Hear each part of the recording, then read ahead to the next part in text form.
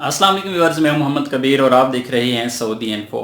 अगर आप सऊदी अरब में रहते हैं तो आपको यकीनन मालूम होगा कि इस वक्त वजारत तजारत ने एक नया कानून लागू किया है जिसके मुताबिक हर पेट्रोल पंप पर एक इलेक्ट्रॉनिक डिवाइस, बैंकिंग डिवाइस मौजूद होगी जिसमें आप मदा कार्ड यूज़ करेंगे और उससे ही आप परचेजिंग कर सकेंगे। चाहे आप फ्यूल परचेज करते हैं या किसी भी आउटलेट से, किसी भी बकाला से या कोई भी आप वहाँ से पेट्रोल पंप से मुल्हिका जितनी भी मार्केट है पेट्रोल पंप की, वहाँ से कोई भी चीज़ आप परचेज करते हैं तो आपको वहाँ पर मदा के ज़रिए पेमेंट करना होगी।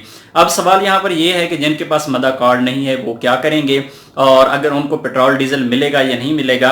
तो इस तरह का कोई मसला नहीं है। अगर आपके पास मदा कार्ड नहीं है तो आपको पेट्रोल डीजल मिलेगा। असल में इसकी ज़रूरत यहाँ पर क्यों पेश आई, ये प्रोग्राम क्यों शुरू किया गया, तो इसके लिए जो डिटेल बताई गई है वो ये है कि यहाँ पर गैर कानूनी कारोबार को ख़त्म करने के लिए ये प्रोग्राम शुरू किया गया है, क्योंकि गैर मुल्की लोगों के कारोबार थे सऊदी कफीलों के नाम पर। जब ये इलेक्ट्रॉनिक सिस्टम के जरिए उनके बैंक में ये पेमेंट जाएगी, उनके रकम हिसाब में, उनके अकाउंट में, तो ये सारा सिस्टम क्योंकि गवर्नमेंट का इदारा सामा कंट्रोल करता है तो उनके पास ये सारा रिकॉर्ड आ जाएगा, उनके पास पता चल जाएगा कि टोटल इन्वेस्टमेंट कितनी है, टोटल इनकम कितनी है। उस हिसाब से जिस तरह फ्यूचर प्लान है 2030 का कि टैक्सेस जमा करना और ब्लैक मनी को बचाना है, ब्लैक मनी से पाक करना है सऊदी अरेबिया को, तो उसी प्रोग्राम के सिलसिला में ये काम शुरू किया गया है। ये 6 फेजेस में रखा गया है, 6 स्टेप में ये काम होगा।